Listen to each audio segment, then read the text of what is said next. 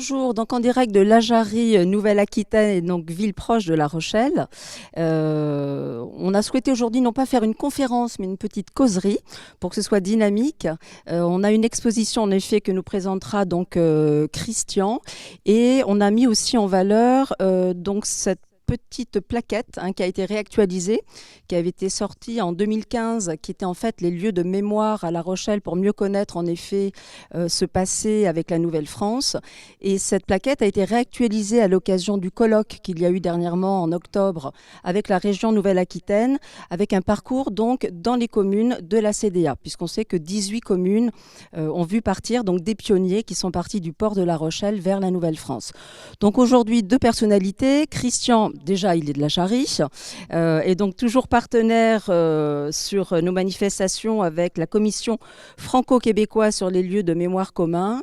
Et Janie, historien, alors nouveauté, historien généalogiste émérite, nouveau titre que lui a décerné donc la DRAC, la Direction régionale des affaires culturelles, et qui est présent également pour parler donc de la Nouvelle-France. Je laisse le micro à Christian Rouvreau. Et moi, j'ai oublié la première adjointe. Je représente le maire de la Jarrie, David Baudon. David Baudon, qui a des cousins au Québec, puisqu'en effet, des membres de sa famille sont partis au XVIIe siècle en Nouvelle-France. Merci. Bon, bonjour. Alors, tout d'abord, je vais vous expliquer d'abord ce que c'était que la Nouvelle-France. Alors, il faut savoir d'abord que ce sont des pêcheurs basques qui ont découvert le golfe du Saint-Laurent en suivant les bateaux, parce qu'ils pêchaient la baleine l'hiver, mais l'été, elle n'était plus là. Mais les bateaux ont progressé et ils ont découvert, en arrivant là-bas, un nouveau poisson, le cabillaud, et une fois salé, évidemment, la morue. Mais ils ont fait la connaissance aussi des Amérindiens, qui étaient, eux, à l'âge de pierre, ne connaissaient pas le faire. Et comme les Amérindiens, ils ont vu ces hommes-là débarquer parce qu'il y avait toujours un charpentier naval pour réparer les avaries, avec ses outils, ses haches et compagnie, ils n'en rendaient pas, et ils ont fait du troc. Ils ont changé ça contre de la fourrure. Petit à petit, c'est remonté jusqu'à Bordeaux, parce qu'ils ont essayé de garder ça secret, évidemment. La Rochelle, et puis c'est arrivé jusqu'en Bretagne. Et là, c'est arrivé aux oreilles du roi de France, François Ier. Mais le problème à cette époque-là, pour prendre possession d'un nouveau monde, comme on disait, il fallait avoir l'accord du pape. Alors François Ier, qu'est-ce qu'il a fait? Il a envoyé un Italien, Giovanni Verrazzano, explorer depuis la Floride, toute la côte là jusqu'en haut. C'est même lui qui a découvert la baie de New York, qu'il a baptisée la Nouvelle-Angoulême.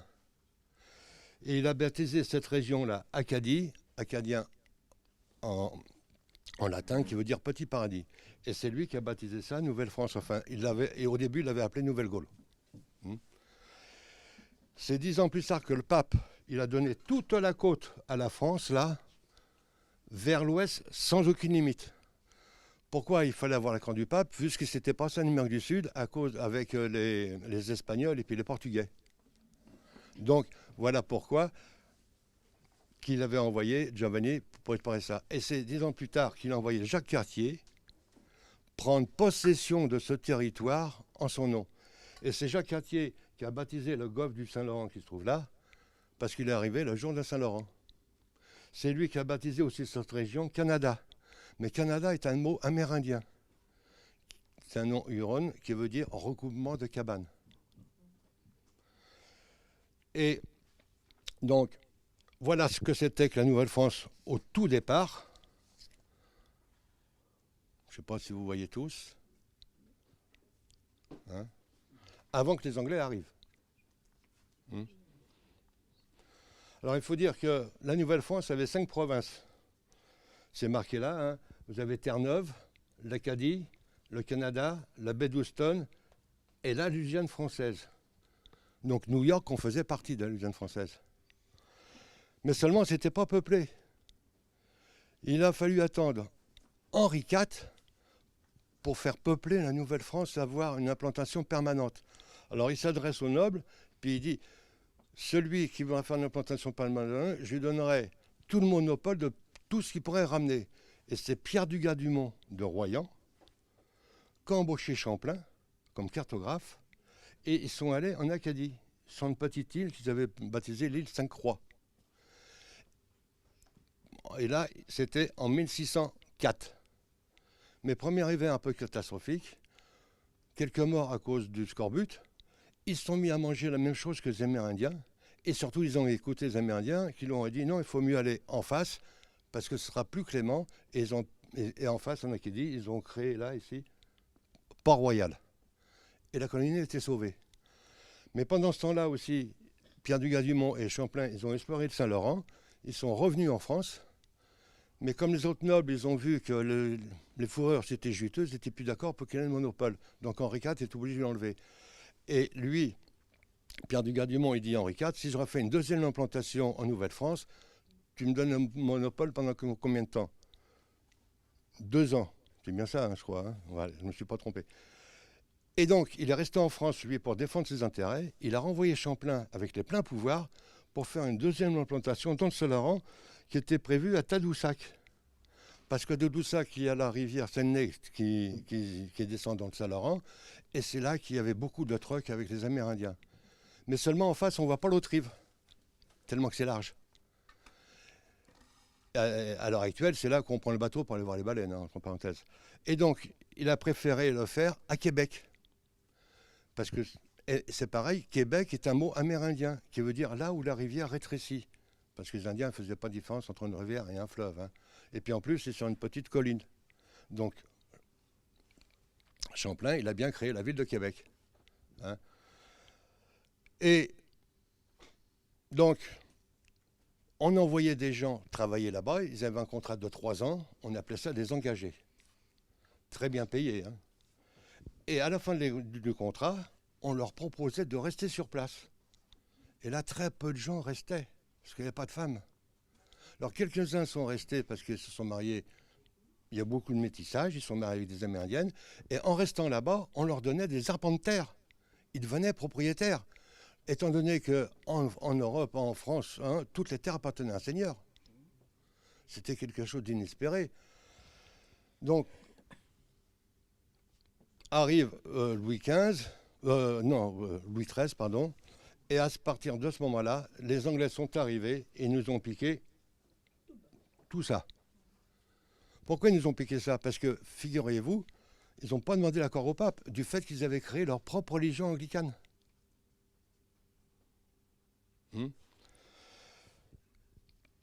Et donc, après, il a fallu attendre Louis XIV pour, à la demande, ça notre ami Jean Ratio vous l'expliquera mieux tout à l'heure, pour peupler la Nouvelle-France.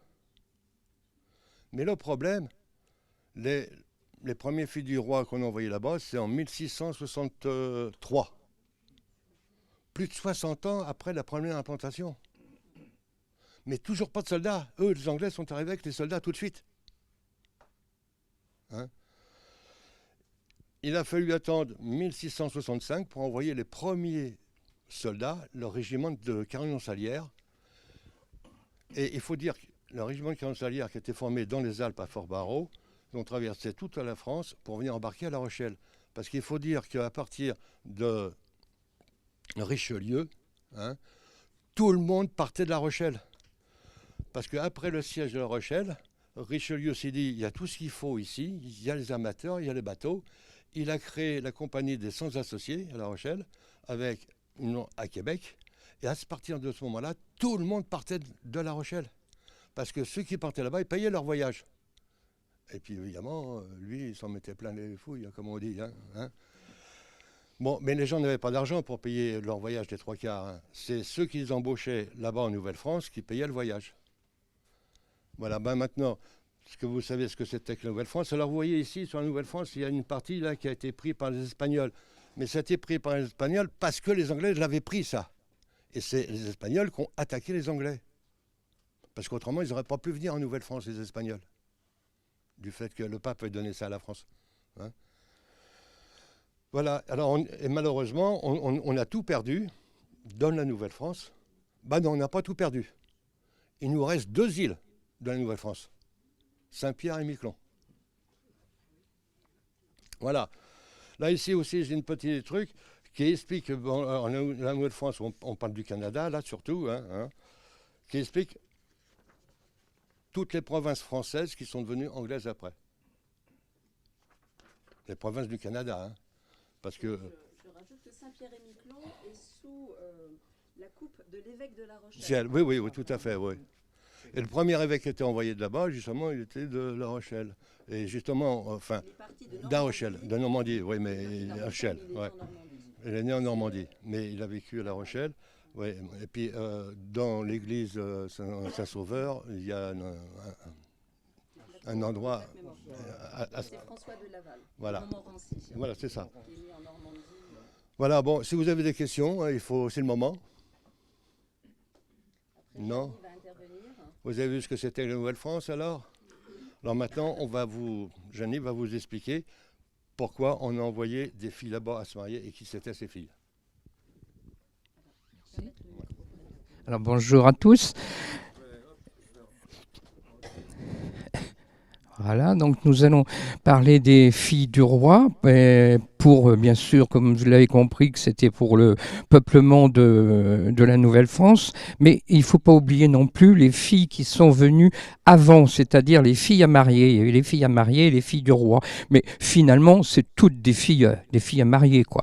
Donc, au départ, les filles à marier ont commencé à venir, on va dire, vers 1640 à peu près, et dont ces filles-là n'avaient bien sûr pas de dot comme celle comme les filles du roi au temps de Louis XIV. Hein. Donc là, on est d'abord au temps de Louis XIII, et puis finalement, ces filles, elles n'étaient pas assez nombreuses, puisque il faut savoir qu'à ce moment-là, avant les filles de roi, il y avait 8 hommes en Nouvelle-France pour une seule femme. Vous voyez, donc ça fait quand même énorme. Il y a un gros manque pour pouvoir peupler la Nouvelle-France.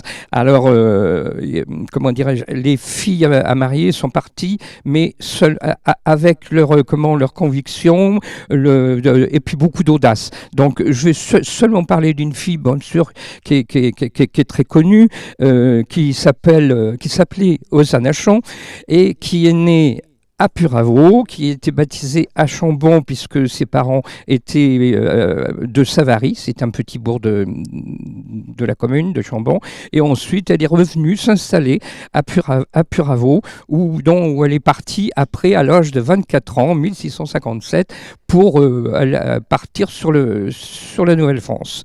De là, elle se marie en 1657, la même année qu'elle est partie, et elle va rencontrer Pierre Tremblay comment dirais-je, du Perche, qui lui est arrivé en 1647, c'est-à-dire 10 ans avant. Bon, mais comme il n'y avait pas beaucoup de femmes, finalement, il n'avait pas trouvé comment dirais-je, la femme qui lui plaisait. Donc, de leur union, ils ont eu 12 enfants, et de ces 12 enfants, il y en a eu autant, et actuellement, cette grande famille, qui est la plus grande famille d'Amérique du Nord, compte 150 000 porteurs du nom, hein, par rapport aux hommes, et il ne faut pas oublier les femmes, bien sûr, et ils sont à peu près 800 000 descendants. Vous voyez que ça fait quand même énorme. Hein. Donc, ensuite, Louis XIV décide, par manque du peuplement par les femmes, d'envoyer ce qu'on appelle donc les filles du roi. Donc, ça va durer pendant 10 ans, 1663 à 1673. Voilà. La plupart du temps, elles ont une dot pour pouvoir partir, et elles partent avec un petit coffre pour mettre leurs affaires, mais c'était vraiment des petites affaires, c'était pas des robes, des choses comme ça, c'était simplement des petits ustensiles pour faire de la couture et des choses comme ça, quoi. Voilà. Donc, moi, j'ai fait une petite étude, ça a été terminé hier soir, justement pour la Charente-Maritime. Hein, voilà. On va dire Aunis et la Saintonge, si on revient à l'époque de la Nouvelle-France. Alors, ces filles du roi, elles étaient 46 filles à ce moment-là, que j'ai retrouvées pendant ces 10 ans, dont 25 de La Rochelle. Hein, voilà. Donc, comment dirais-je, après, le nombre de la population a augmenté, puisque je vous disais tout à l'heure qu'il y avait à peu près, c'était 3000 habitants qu'il y avait, et à la fin comment dirais-je, des filles du roi, c'est-à-dire 1673, elles étaient, ça faisait une population de 10 000 habitants. Donc vous voyez que ça a quand même énormément augmenté par la suite.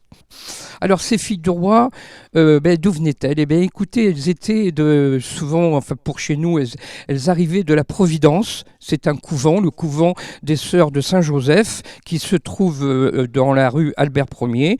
Et elles étaient recrutées, elles étaient la plupart du temps des filles pauvres, comment dirais-je, que l'on a adoptées, mais souvent on a quand même des filles qui avaient leurs parents. Hein. Il ne faut pas croire qu'elles étaient toutes orphelines, c'est pas vrai.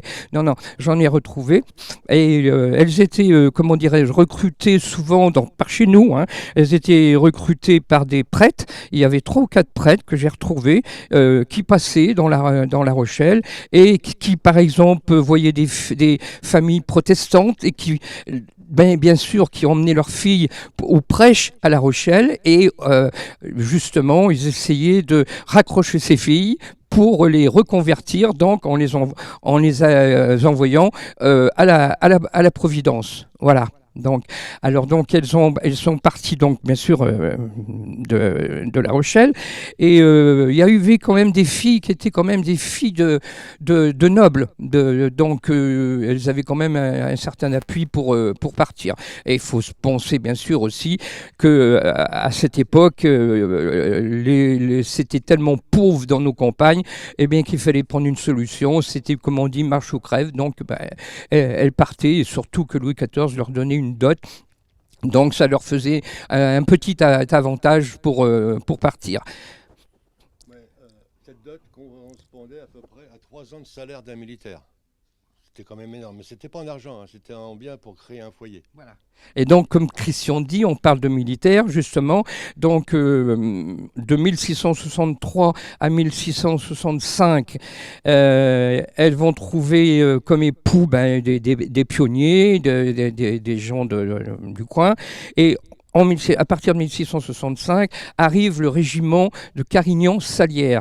Et là, elles vont épouser une bonne partie de ces soldats. Et les soldats qui avaient un contrat justement de 3 ans, eh bien souvent... Oui, et puis justement après, ça leur permettait des fois, quand ils épousaient ces filles, de rester sur place. Voilà quoi. Sinon, après, on peut parler aussi il y a eu quand même une grande commémoration en 2013 du 350e anniversaire du premier contingent, parce qu'on parle de contingent, c'est-à-dire que tous les ans, il y avait un départ des filles du roi, donc c'était un contingent. Alors, le premier contingent qui a eu lieu, en 1663 à La Rochelle, justement, était composé de 36 filles du roi. Donc il y en avait qui étaient plus ou moins connus après, quand on a fait nos recherches, comme Catherine Polo, qui est d'ailleurs l'ancêtre de Hillary Clinton. Voilà. Et puis ensuite, il y a eu aussi Louise Gargotin. Alors Louise Gargotin, elle est connue. Pourquoi? Parce que elle est née à Tirédonis, elle s'est mariée en Nouvelle-France à Daniel Perron-Suire, qui était le fils du grand armateur François Perron de La Rochelle. Voilà. Et on a eu l'idée avec l'association des Perrons d'Amérique, et puis bien sûr un grand historien, notre ami Guy Perron, de poser une plaque à Tirédonis en son honneur. Donc c'est la seule plaque en France qui est posée en l'honneur d'une fille du roi. Voilà. Donc après, c'est toute l'histoire continue au niveau du XVIIIe siècle, du XIXe siècle. Et puis maintenant, la population, elle est maintenant de plus de 8 millions de personnes, entre 8 et 9 millions. Voilà. Alors, une petite chose, je vais revenir à la Providence. La Providence, elle a été créée en 1658-1659. Alors, il ne faut pas voir le bâtiment qu'il y a actuellement, c'est pas du tout ce bâtiment-là. C'était une dame qui s'appelait Elisabeth Mauriette, qui justement voulait, comment dirais-je, installer une maison de la charité, et elle achète donc à ce moment-là une petite maison avec 4 chambres. Et par la suite, elle va racheter après d'autres maisons à côté pour agrandir cette maison de la charité. Et maintenant, voilà, la Providence est rendue une maison quand même assez connue, quoi, voilà. Donc je vous remercie, très bien, et je remercie beaucoup les associations diverses qui sont venues. Donc je voudrais nommer quand même l'association Pays Rochelais.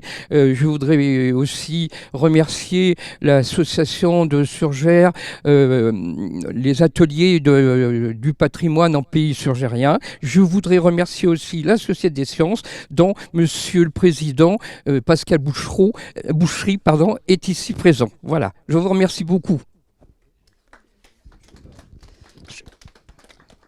Merci, c'est extrêmement intéressant. Puis je pense qu'il y aura des questions. Ce que je voulais rappeler, puisqu'en effet, tu as dit qu'une plaque avait été posée en l'honneur d'une fille du roi, c'est qu'entre cette année et donc l'année prochaine, sur 2 années, la communauté d'agglomération de La Rochelle, avec le secteur tourisme, a décidé de poser des plaques, justement, qui rappellent l'histoire de ces pionniers dans les 18 communes de la CDA. Hein, voilà.